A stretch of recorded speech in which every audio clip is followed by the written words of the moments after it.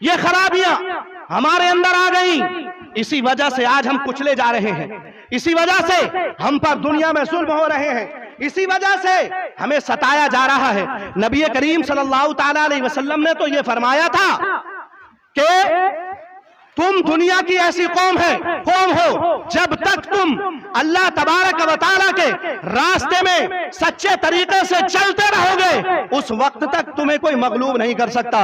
जब तुम मेरी सुन्नतों पर अमल करते रहोगे, उस वक्त तक तुम्हें कोई मगलूब नहीं कर सकता। बिरादरान मिल्लत इस्लामिया, खुद अल्लाह ने फरमाया व अंतुमुल आलौना इन कुंतुम मोमिनीन, अगर तुम मोमिन हो तो तुम ही गालिब रहोगे, तुम्हें कोई सता नहीं सकता, तुम्हें कोई तकालीफ नहीं दे सकता। लेकिन आज हम सच्चे मोमिन बचे नहीं है। बिरादरान मिल्लत इस्लामिया, हम ये सोचते हैं कि हमारे पास असलह बारूद की कमी है, हमारे पास ताकत कम है, हमारे पास कुव्वत कम है। ऐसा नहीं है बिरादरान मिल्लत इस्लामिया, अगर कुव्वत कम है तो यकीनन अल्लाह तबारक व तआला की मदद उन लोगों के लिए भी पहुंची थी जो 1000 के मुकाबले में 313 जंग बदर में पहुंचे थे। कुव्वत कम थी लेकिन सच्चे मुसलमान थे तो अल्लाह तबारक व तआला ने फतह नुसरत अता फरमाई थी। मुट्ठी भर मुसलमान पूरे अरब पर चंद साल के अंदर गालिब आ गए थे। ये क्या वजह थी? वो सच्चे मुसलमान थे। बिरादरान मिल्लत इस्लामिया, आज मुसलमानों में ऐसा कोई गरीब नजर नहीं आता जैसी गुर्बत का जमाना नबी अकरम सल्लल्लाहु ताला अलैहि वसल्लम के जमाने में गुजरा है।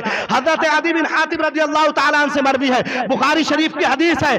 अर्ज फरमाते हैं कि मैं नबी अकरम सल्लल्लाहु ताला अलैहि वसल्लम बैन यदै रसूलुल्लाह सल्लल्लाहु अलैहि वसल्लम, मैं नबी करीम सल्लल्लाहु ताला अलैहि वसल्लम की खिदमत में हाजिर था। कहते हैं फअताहु रजुलन फशका बिल फाका, एक शख्स आया और उसने फाके की शिकायत की।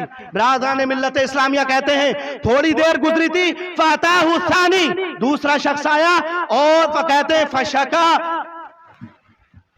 कहते हैं कि दूसरा शख्स आया और उसने क्या है, डाकुओं की शिकायत की कि लोग डाका सनी कर रहे हैं, हमारा माल महफूज नहीं है। बनी तय के डाकुओं ने शोर मचा रखा है, किसी का माल महफूज नहीं है। बिरादरान मिल्लत इस्लामिया, नबी अकरम सल्लल्लाहु ताला अलैहि वसल्लम ने उस वक्त हजरत अदी से फरमाया था, ऐ अदी तुमने हीरा देखा है? हीरा कूफा के पास एक शहर है। बिरादरान मिल्लत इस्लामिया, नबी करीम सल्लल्लाहु ताला अलैहि वसल्लम ने हजरत अदी से फरमाया, ऐ अदी तुमने हीरा देखा है? हजरत अदी कहते हैं या रसूल अल्लाह, मैंने देखा तो नहीं लेकिन सुना है। सरकार दो आलम सल्लल्लाहु अलैहि वसल्लम ने फरमाया हीरा से एक औरत निकलेगी जो खाने काबा का तवाफ करेगी, उस वक्त उसको अल्लाह तबारक व तआला के अलावा किसी का खौफ ना होगा। हजरत अदी कहते हैं मैं ताज्जुब में पड़ गया, उस वक्त कैसा जमाना होगा, क्या बनी तय के डाकू मर गए होंगे कि जिनके पास से कोई भी सही और सालिम नहीं गुजरता, रास्ते में उनकी खो पड़ती है, जो भी पास से गुजरता है उसे लूट लेते हैं या उसे जानी नुकसान पहुंचाया करते हैं या माली नुकसान पहुंचाया करते हैं। लेकिन मैंने नबी करीम सल्लल्लाहु ताला अलैहि वसल्लम से कुछ दरियाफ्त ना किया, कुछ अर्ज ना की, क्योंकि मेरा यकीन था कि जो नबी फरमा रहे हैं वो हक है, नबी की बात नहीं बदल सकती। उसके बाद नबी करीम सल्लल्लाहु ताला अलैहि वसल्लम ने दूसरी बात बयान फरमाई, ऐ अदी अगर तुम्हारी जिंदगी तवील हो तो तुम देखोगे कि किसरा का मुल्क फतह होगा। हजरत अदी कहते हैं कि मुझे ताज्जुब हुआ, ईरान जो वहां के बादशाह को किसरा कहा जाता था, उस वक्त वो दुनिया की सबसे ताकतवर हुकूमत थी जिस तरह आज अमेरिका है। कि आज अगर मैं आपसे कहूं कि चंद दिनों के बाद अमेरिका फतह हो जाएगा तो आप कहेंगे कि मौलाना साहब का दिमाग तो सही है, कैसी बात कर रहे हैं। आज अमेरिका तो इतनी बड़ी ताकत में है कि उसकी तरफ आंख उठाने से पहले भी दूसरे ममालिक 1000 बार सोचते हैं मौलाना साहब क्या कह रहे हैं। ऐसा ही मामला उस वक्त ईरान का था। नबी करीम सल्लल्लाहु ताला अलैहि वसल्लम ने फरमाया, ऐ अदी अगर तुम्हारी जिंदगी तवील हो तो तुम देखोगे कि किसरा का मुल्क फतह होगा।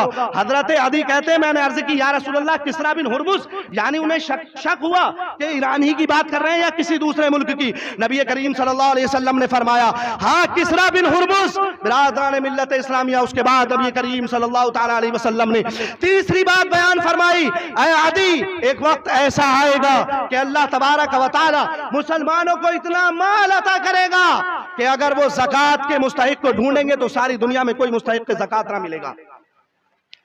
अब ये हदीस के ज़िम्न में आप देखें कि इतनी फाका कशी थी कि लोग नबी करीम सल्लल्लाहु ताला अलैहि वसल्लम की खिदमत में आते और अर्ज करते या रसूल अल्लाह भूख ने बुरा हाल कर रखा है, या रसूलल्लाह खाने को नहीं है। लेकिन उस वक्त भी दीन इस्लाम बुलंद हुआ था, उस वक्त भी दीन इस्लाम सर बुलंद था। इसकी वजह क्या थी कि वो सच्चे मुसलमान थे, नबी करीम सल्लल्लाहु ताला अलैहि वसल्लम की तालीमात पर अमल करने वाले थे। एक वक्त तो ऐसा आया कि नबी करीम सल्लल्लाहु ताला अलैहि वसल्लम को बड़ी तेज की भूख लगी हुई थी, घर में नहीं रुका गया। अहले अरब का ये हाल था कि पहले दोपहरी के वक्त वो घर से बाहर ना निकला करते थे।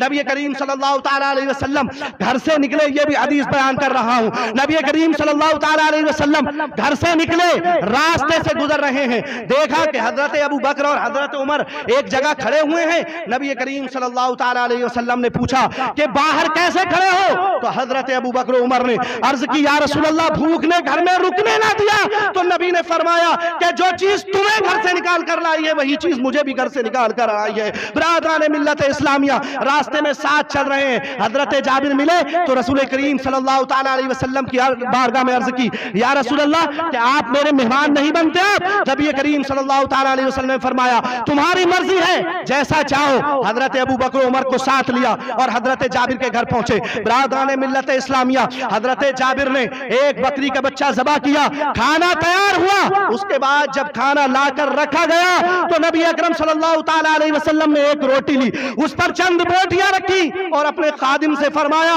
कि जाओ ये रोटी और बोटियां हमारे घर दे आओ, मेरी बेटी ने कई दिन से खाना नहीं खाया है। ये कौन है जिनको अल्लाह तबारक व तआला ने सारी दुनिया की हुकूमत अता फरमाई, लेकिन हाल ये है कि घर में फाका हो रहा है। मेरे बताने का मकसद ये है कि उस वक्त भी इस्लाम सर बुलंद रहा था, जब इस्लाम मुसलमानों के पास खाने के लिए कोई चीज ना थी, पहनने के लिए कपड़े ना थे। जब जंगे बद्र के लिए निकले थे, आप जानते हैं सिर्फ 6 तलवारें थी, 8 जिरे थी और 2-4 ऊंट थे। इतने साजो सामान के साथ निकले थे। सामने जो लश्कर था 1000 का लश्कर था, लश्कर जर्रार, जिनके पास ऊंट भी थे, जिनके पास सिरें भी थी, जिनके पास तीरंदाज भी थे, जिनके पास तलवारें और भाले भी थे। लेकिन अल्लाह तबारक व तआला ने मुसलमानों की मदद फरमाई थी, फरिश्ते भेजे थे, तो इन 313 निहत्तों को 1000 लश्कर जर्रार के मुकाबले में फतह अता फरमा दी। तो ये होगा कब कि हम जब मुसलमान बनेंगे। वो मुसलमान थे तो अल्लाह ताला ने थोड़े सारों को गलबा अता फरमा दिया था। बिरादरान मिल्लत इस्लामिया, फिर ऐसा दौर भी आया, हजरत अदी से जो फरमाया था कि किसरा फतह होगा। बिरादरान मिल्लत इस्लामिया, हजरत अदी कहते हैं कि मैंने देखा कि ईरान फतह हुआ, हजरत उमर बिन खत्ताब रज़ियल्लाहु ताला अन्हु का ज़माना आया। नबी करीम सल्लल्लाहु अलैहि वसल्लम के विसाल के बाद हजरत अबू बकर सिद्दीक रज़ियल्लाहु ताला अन्हु खलीफा बनते हैं। उनके बाद जब हजरत उमर खलीफा बने तो हजरत अदी फरमाते हैं ईरान फतह हुआ और किसरा बिन हुरमुज के खजाने मैंने देखा कि मस्जिद नबी में बिखरे हुए पड़े हैं। मुझे याद आ गया कि नबी करीम सल्लल्लाहु ताला अलैहि वसल्लम ने एक वक्त फरमाया था कि किसरा का मुल्क फतह होगा। मुझे यकीन था कि नबी फरमा रहे हैं तो ऐसा जरूर होगा। बिरादरान मिल्लत इस्लामिया, फिर उसके बाद जो नबी करीम सल्लल्लाहु ताला अलैहि वसल्लम ने खबर दी थी कि एक जमाना ऐसा आएगा कि मुसलमान इतने मालदार हो जाएंगे कि रुए जमीन पर कोई ज़कात का मुस्तहिक ना मिलेगा।